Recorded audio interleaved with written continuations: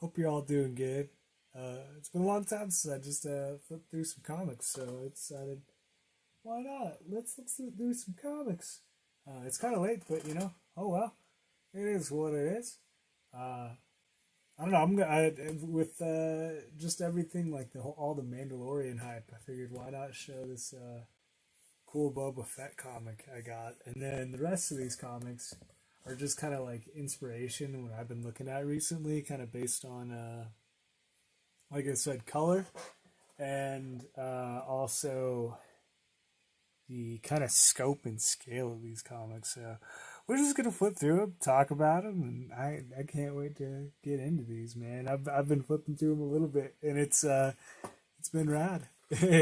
Let's start with this Boba Fett. This is cool because it's by the 2000 AD dudes. So Star Wars Boba Fett. Look at that. That's just a fucking rad. Come on, Glare. Rad Boba Fett. It's by Cam Kennedy, and he's the artist. The only thing, this is a sad thing, what would have been this cool pinup kind of gets, it got torn. This is the only page in the comic that's torn. But it would have been that rad pinup. So, it happens, but yeah, John Wagner. So, yeah, one of the dudes who started 2000 AD that wrote this. But, dude, check this art, man. It's washes, so it's like very watercolory.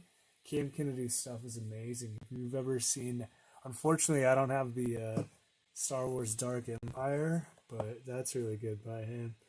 But you get Jabba the Hutt, and like he's trying to woo this female Jabba the Hutt, and he's sending Boba Fett on this mission.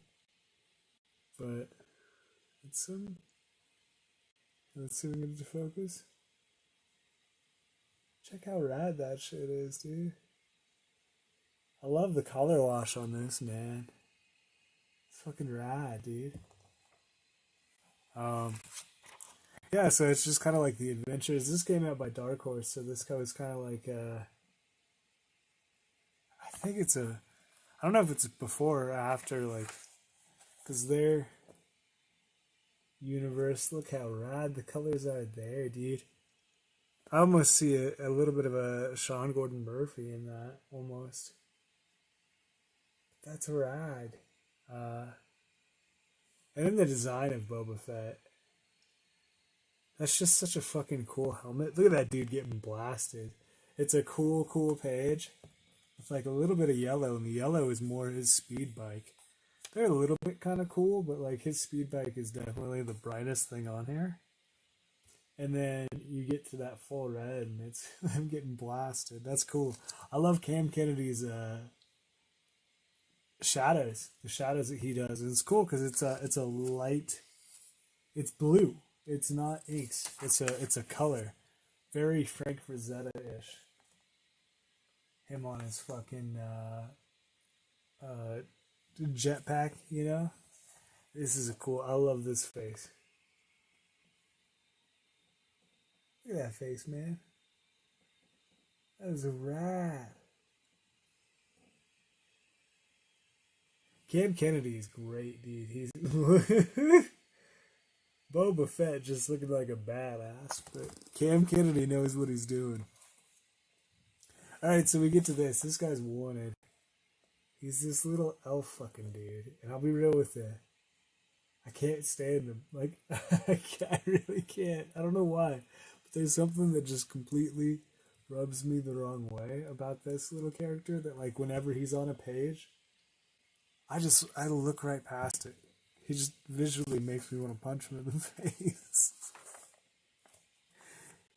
Yeah, I don't know. Yeah. So like, kind of like a circus shit, but boom! Look at that!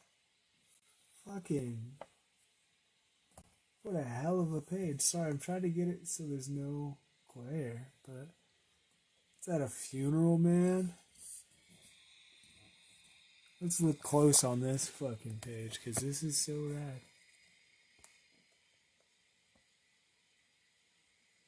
Oh, bruh. That is so nice.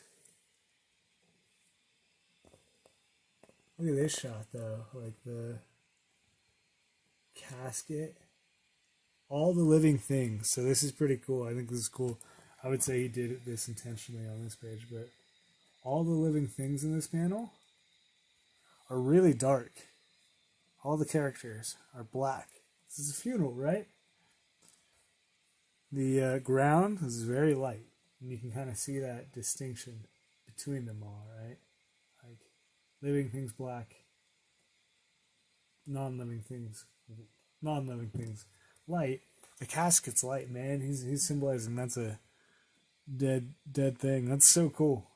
Like, he totally did that on purpose. And again, just fucking the badassness that is Boba Fett's visual look.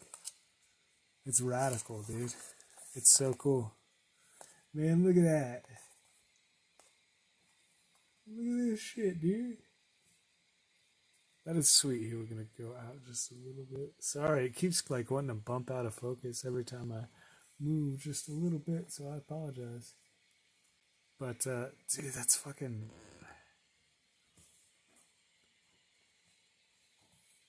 Reminds me of like some Mike Mignola Gotham at Gaslight, but it's so cool, dude. So cool.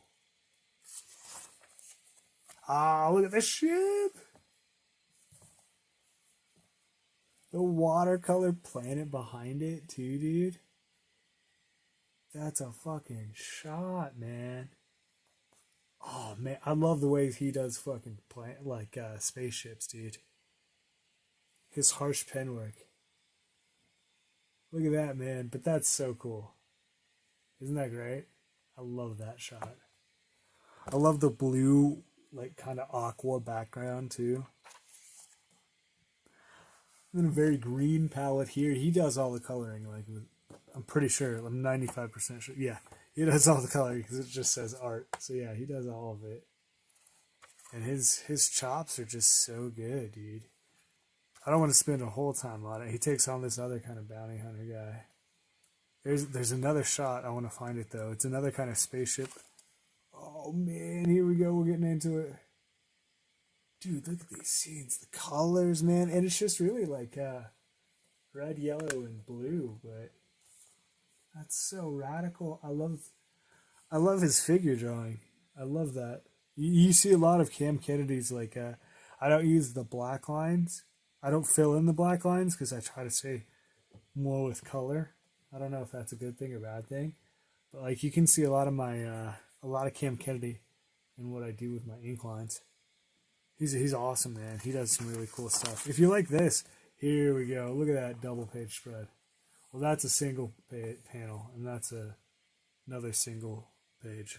But isn't that so cool?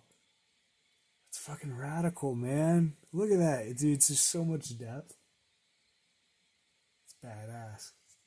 So, yeah, I mean, the comic is just cool. Ooh, look at that scene. Look at that, dude. All of it.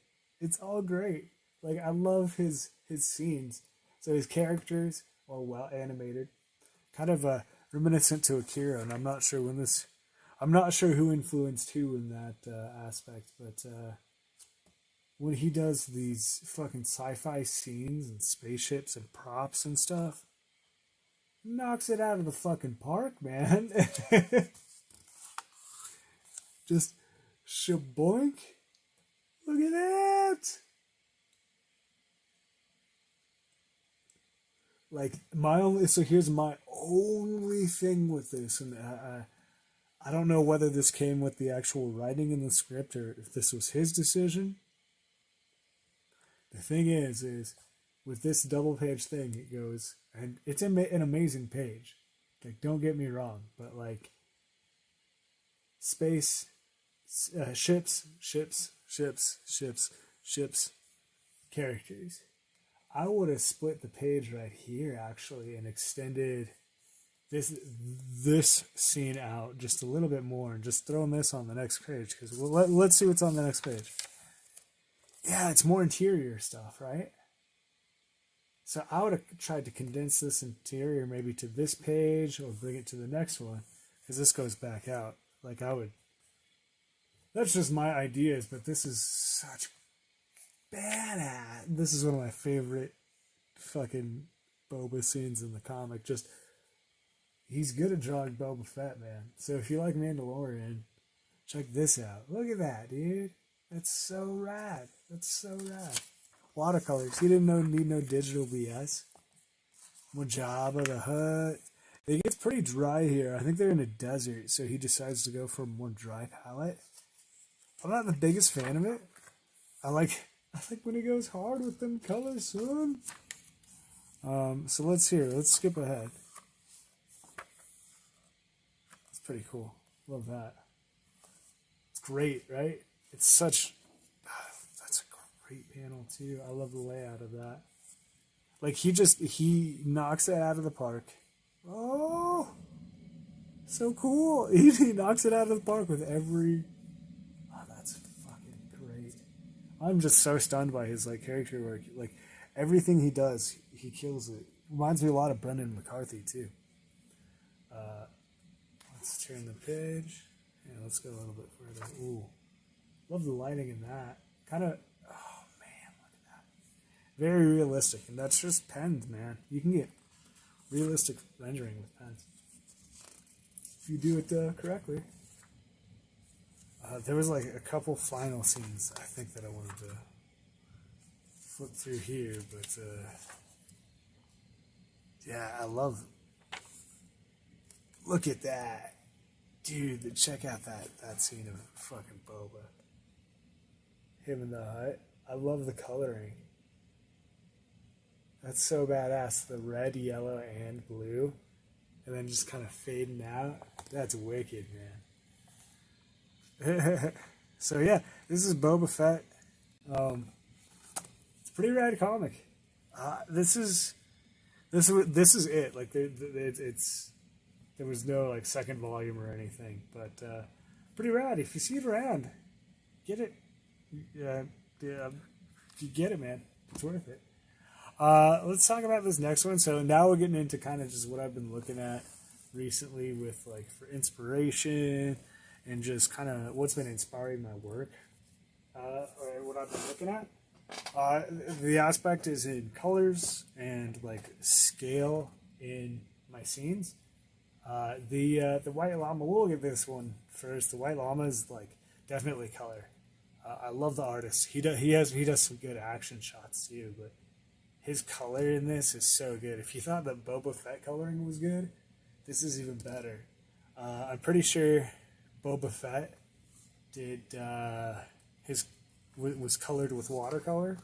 The White Llama is done with gouache. You know, here we're gonna go out just a little bit because we're getting bigger paper. This is done with gouache. So that's pretty cool. You get the cool thing is like gouache is like watercolor, but you get to add white. Like you can paint with white. You can kind of see there like that white in the background right there in the corner. You kind of lose it because of the glare, but that was actually painted on afterwards. He painted it and then with the white, even though it looks watercolor. This story is written by, it's pretty rad. It's violent, like warning, there's things in it, but I love the blue. It's written by Alejandro Jodorowsky and Francois Bach. No, Jorge Bess? George Bess? I don't know. I'm sorry, I'm going to butcher these names.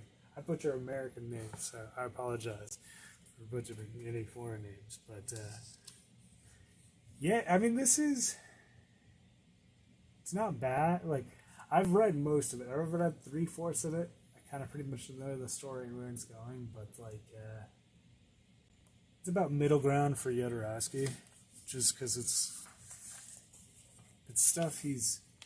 Look at that, dude. That's a great scene. So many people in it. That's so cool, but so realistic, right? So real. Like, this is why I think he's better than Mobius. Is there's a whole like lot of big scenes, but the references are less goofy animated and more kind of sometimes kept to realistic facial structures. Like it's just more photo reference, and I think it pays off. Like Mobius photo reference things too, but he would add the kind of Doug-like noses to his characters. And other little kinks like that.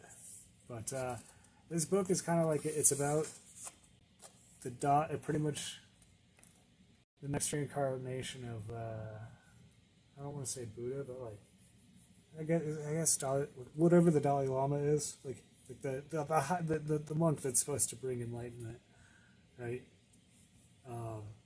It's about his next cycle. So he was an old man, and this next cycle is going to be it. It's going to bring peace to the land. Check those colors out, man. Isn't that a freaking pretty scene, dude? I love it. And that too. I mean, look at that. Like that's so well done. So well done. There's a Yeti too. Like, and it's just about his life growing up. Look at these scenes, bruh. They're mind blowing. Look at that. That's color, like not as much color, full color, big city fucking scene. So good. I love this panel too, man. That blue just shines. So sharp when he throws it on there. But like I keep getting sidetracked. I love this comic a lot. Oh, it was like a white savior complex. So that was like the only like the criticism of the comic. It's like a white messiah comes in and saves the monks. So kind of follows that trope. Like I said, doesn't have to have as much to say in the whole Jodorowsky realm. He's said the same things better in different comics. But you gotta love the fucking art of this thing. I love this guy's expressions, man. So well done. So, and he does a lot of panels. I like his panels, his panel layouts. That guy's sorry. New setup. You're still getting used to it. The panel is so small, but he still gets so much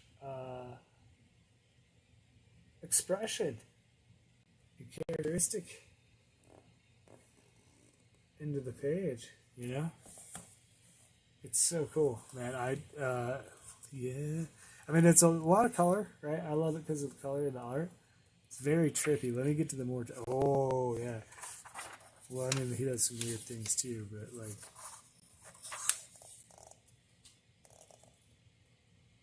Check out that scene, man. Like, it's just so rad.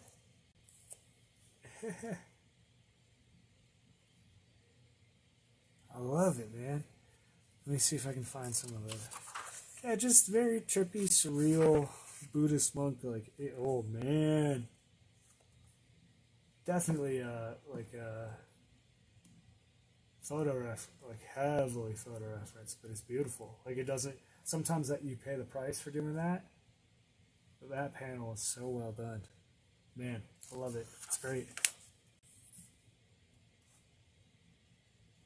Oh, hey, well, it's giving birth. Okay, so I'm gonna cover this page, but like this page reminds me of Death Stranding a whole lot. I kind of watched a playthrough of that recently and was like, whoa, this is fucking radical, man. I loved it. This reminds me of it a lot. If you play the game, you know kind of exactly what I'm talking about. Man, his use of negative space, right here, and then in these, it's so cool. The thing about, we're gonna zoom in a bit because I want to show you guys this panel. Oh yeah. So this is so fucking dope. You get repetition of a lot of people in these scenes. So repetition of a lot is kind of the main emphasis here. to give this page a lot the big scale. So like a lot of people, similar kind of layout, like arrangement of people. Even though this is one continuous thing, it's a arrangement of similar sizes, so it feels more real. Because these statues are the same size as these people, it feels more real. And the really cool thing is the negative space here. You track it as in different links in time, even though there's none of the actual panel borders breaking it up. But he uses the negative space, which is so cool. So dope there. Reminds me of like some late period Mesiaris too. And again, I'm butchering that name, and I apologize. Let me see. I want to get to the Yeti.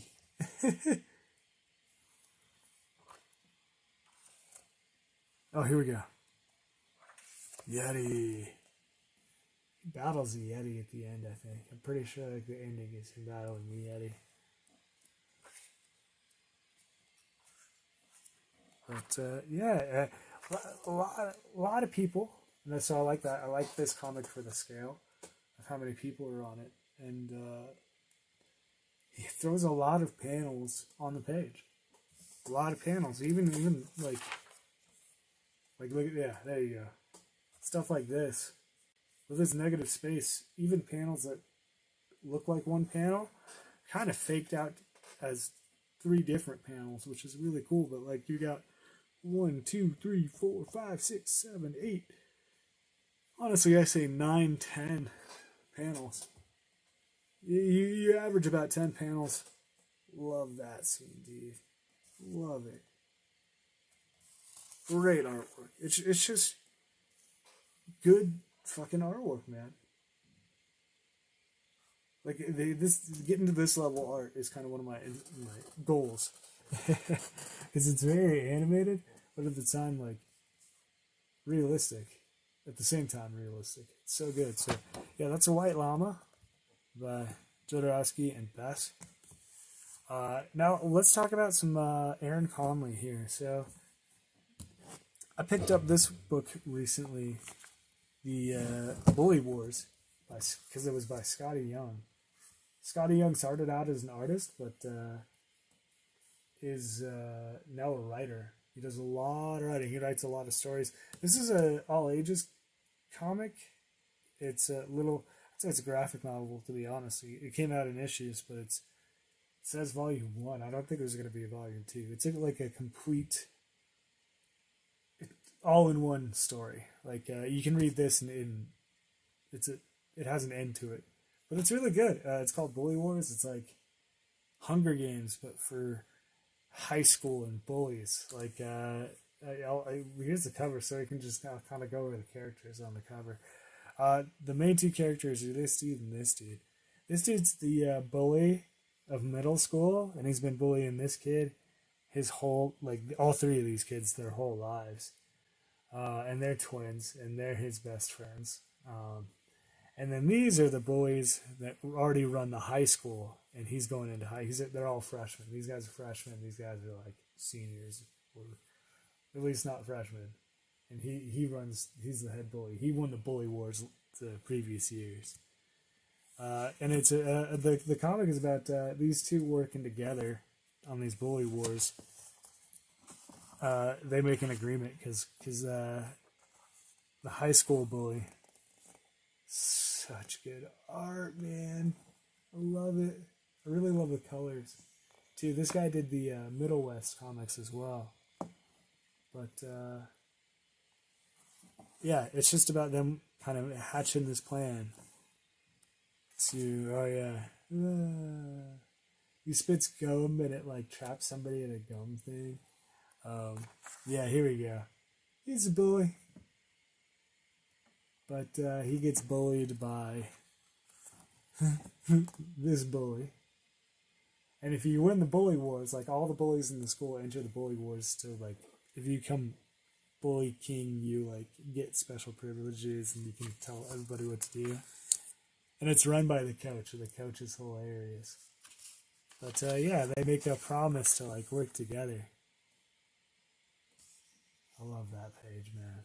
That's the cool thing about this comic is there's a lot of panelless borders as well, especially when you get further in. But he gets bullied himself, and he doesn't like it, so they make a plan. And he doesn't even get invited to the bully wars initially. And the two friends find out about it, and they're like, "You freaking idiot!" Blah, blah, blah, blah, blah. And yeah, they get into the. This is him getting rejected by the coach, and that's the coach. It's like Arnold Schwarzenegger, 80s Arnold Schwarzenegger. I love it. But he goes through the trap door, and you just kind of follow him as he like gets attacked by an octopus. Then has to escape a fucking spider. Goes through a trash, meets a homeless guy with bats and fucking fish and all these cool things, man. It's great. It's great. It's such good storytelling on a page. And then he opens it up again, man. just look at that shit. It's so good. It's so good. And then here, because they go to the, it's kind of like a trauma villain, ode to trauma. Check that out. And this is him in his dream. He dreams he like fireballs the other bully into dust. Very X-Men homage. And they all go to the but here's the thing is the coach finds out that like the jig's up. He found out. So the way you win the bully wars this year is you have to catch the mouse, and they're in the old high school. And I'm just trying to find like the main here we go. So this is the old high school, and it's kind of like a maze. And whoever catches the mouse in this high school is the king. And it's like, that's kind of what the second half of the book is about. So it's a setup, and then the second half is the actual bully games. And it's hilarious. It's great. If you want to get any kid into comics, anybody could read this and have fun. It's just a really well told story with fantastic and not innovative, but like not the typical way of storytelling, visual storytelling. It's fantastic. I love it. So do yourself a favor. If you think you might like it, buy it for sure. If it's up your alley, boom, get it. I should have done this like before Christmas is like things you can get your kids. But so that I read that book, but I found out that Aaron Conley had also done art by for this comic called Sabertooth Swordsman. And the mayhem of the malevolent mastodon mathematician. And I bought this comic years ago, but I had no idea he had written. It was the same dude. This is a black and white comic with gray tones. You can see it's kind of shiny, but and then you get the matte here, which is cool. Great cover. This is by Dark Horse. So yeah, Damon Gentry wrote it. Aaron Conley did the art. Here, we'll just flip to this page. You can kind of see what you're going to be expecting in this art, man. Hyper detailed, but you get these cool gray tones. And I don't know, what I'm trying to figure out is I don't know if the gray tones are, sorry for all the, whenever I turn a page, it like loses focus. Pretty dope. If the gray tones are done traditionally or digitally, but when you look into these pieces, hyper detailed stuff. And it doesn't look like the same. Like you can kind of tell it's the same person when you really look into it, but at the same time, you can't tell. And this is about a guy who kind of becomes cursed, and he becomes saber-tooth swordsman. But his girlfriend, look at that. Oh man, art is so good. I love it. It's hilarious too. It's a funny story, but his girlfriend gets kidnapped, and he goes after her. Very kind of straightforward story, but like straightforward, not like plot story, but it's fantastic. Like it's. We'll go in closer to this guy because you kind of really need to. You just like we could just stabbed him in the eye and it's an explosion of blood. It's great, very Jeff Darrow inspired. But I mean, yeah, it's a fantastic black and black and white art book. Again, that hyper detail. Like I said, I don't know if it's traditionally done or digitally done. If I ever met him, I'd be interested in asking him. Yeah, I mean, you can definitely see like toned down Conley in Bully Wars, but I enjoy this a lot. Yeah, he gets the snot kicked out of him. This is when they kidnap her. He gets the snot beat out of him, but he goes on this extra crazy rampage. I want to show you. Yeah, it's awesome fight scenes. It's like fight scene after fight scene after fight scene. But look at that, like character animation, man. Every scene, it's fantastic. It's hilarious.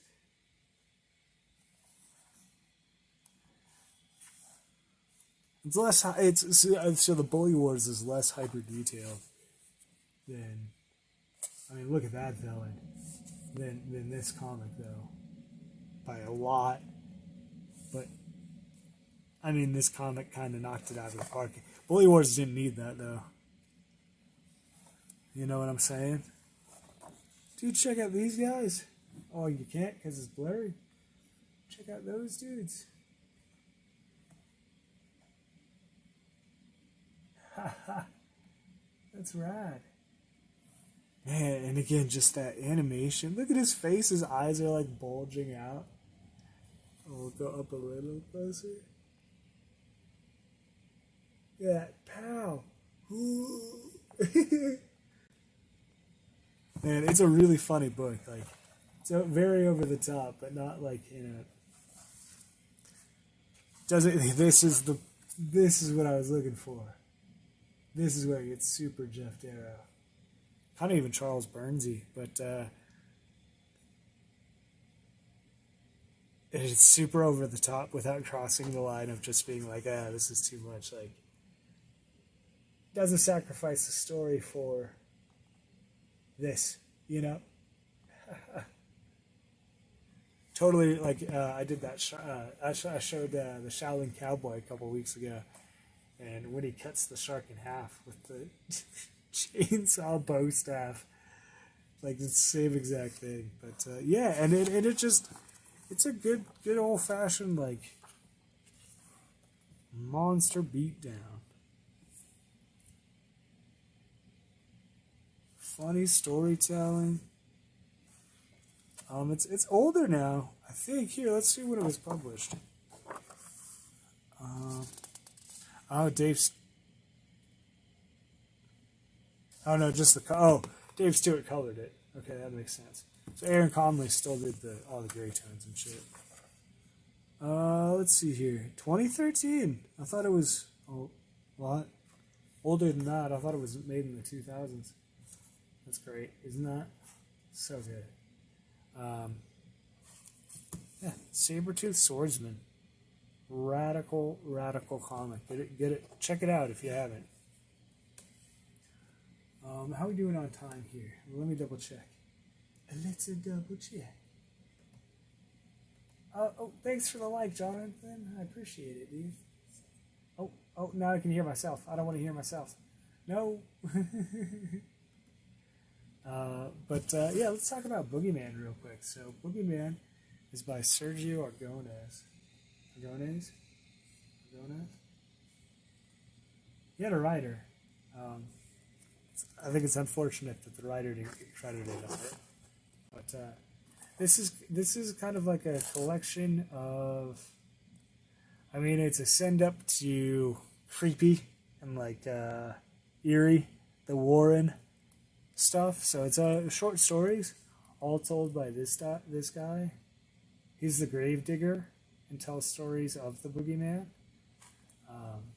But I love Sergio Aragonés' work. He does Guru. I think he was in Mad Magazine, but like, it's very cartoonistic. It's hilarious, but again, he gets so much action in his poses, and he gets so many people on a panel without like breaking the perspective. So I kind of really studied how I don't want to say fakes his perspective, but like how he sets up a scene that reads without necessarily having to do too much of the legwork of figuring out exact perspective and making sure that the perspective all works cohesively. Look at that. I mean, that's just a well-placed scene. So cool. I love her. I would say there's a comic that Richard Corbin did that was like either influenced her or she influenced the comic he did. But this is great. I love it when you get the floral thing and like the skull. Very Beetlejuicy. That's probably where it came from, actually. But Sergio Aragonés just drew himself in. That goofy guy. Surrounded in the graveyard. That's hilarious. I really enjoy that. With a full moon and everything. So, yeah, I mean, he's just a noodler. A noodler doodler.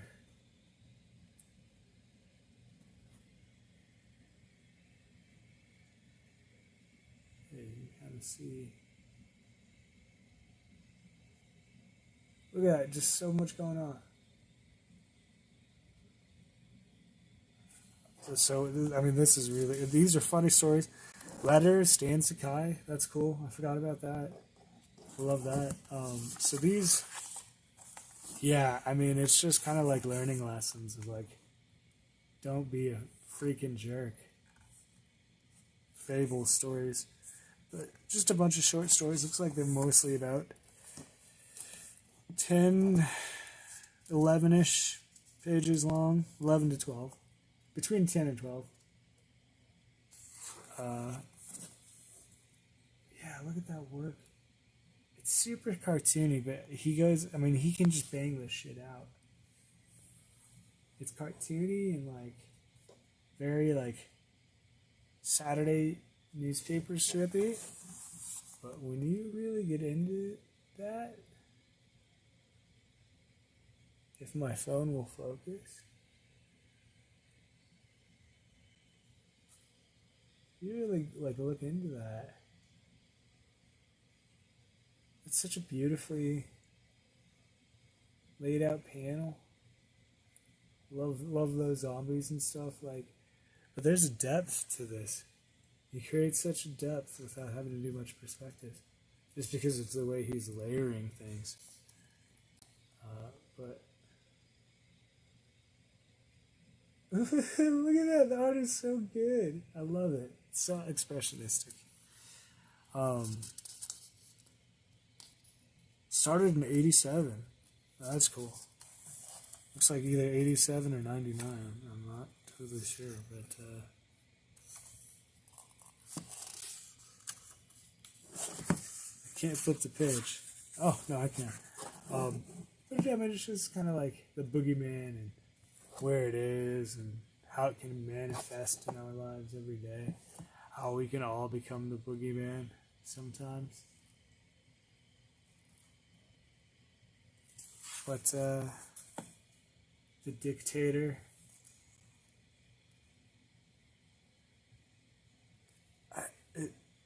I just love how big his scenes are, man. His scenes are fucking massive. Sound like a side queen here. But so many people in that panel. I mean, 20, 10? 10 to 15 at least. I'd say around 15. And then he goes just balls to the wall in the next one. Like, in each one, it's just like teaching how not to be a douchebag in certain ways. Man, I love this cop especially, man. Wow, he looks so animalistic, like not in like. He's just trying to show that these cops were animals, and it does a great job. A lot of genuine fear. It's good, you know. It's good at making that palatable, you know. There's a virtue in making the grotesque palatable for all to take. But it's hilarious. I mean, if you know Gru, I've like looked at all, I flipped through Gru, but never actually read Gru. But like, if you know Sergio Agronis, he is hilarious. He is so funny, so funny. So if you want to laugh, check his stuff out. It's just, I mean, it's just like his expressions. The expressions kill me. Like, it's just so well drawn and so easy too.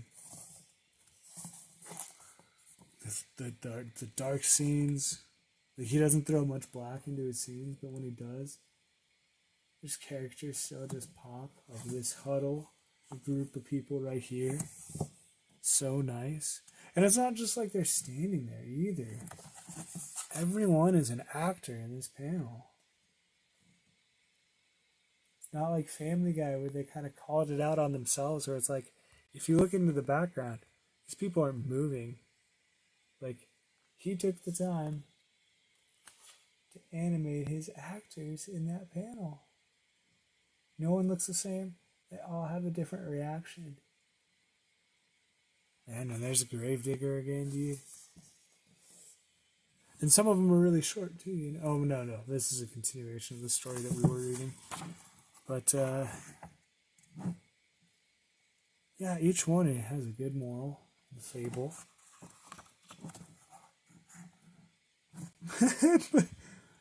But it's so good. It's so good. I mean, it's dark. It's dark humor. It's hilarious dark humor, but, like, I don't think you could have drawn it any better. I really don't.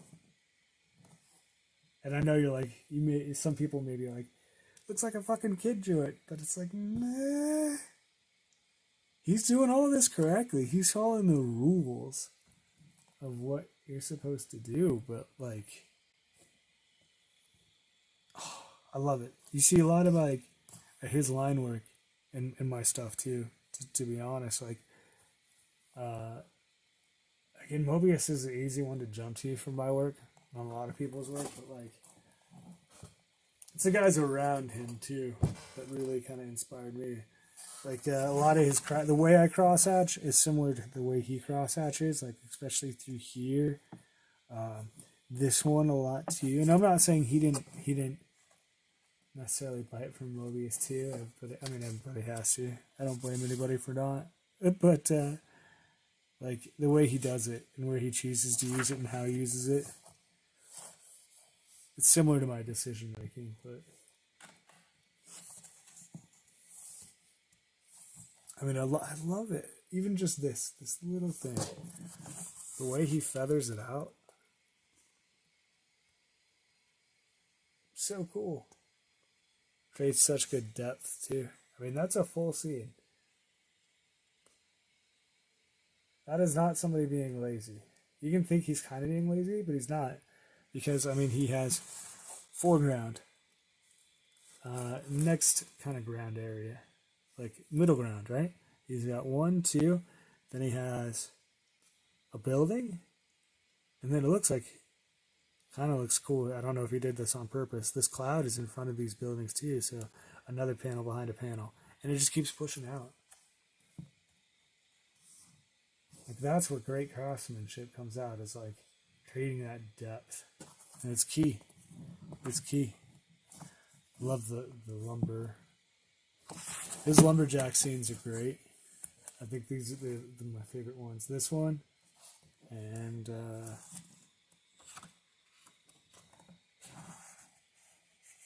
again, just so many people on screen.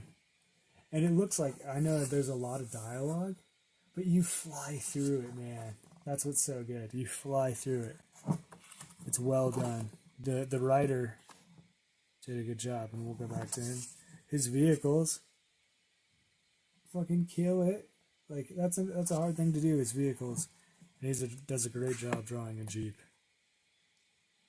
Bear, not so much. Bear, but that's okay. Bears are hard. I don't blame him. Don't hold it against him. But yeah. So it just, here we go. I'll show you. We'll end with this guy. It just keeps going on, but the art is so cool, I think. And it's cool because it's in black and white. That's why I really like it. You really get to see his line work speak. And it's not colored. So, it's pretty rad. Sergio Coda, Boogeyman. This was, here we go. And Mark Evanier. So Mark Evanier did some of the writing on it. So they kind of tag teamed it. But yeah. I got some more comics. We'll talk about those next time. I'm just happy to be back and do these with you. See you guys in a couple days when I do another video. Stay safe and have a good news.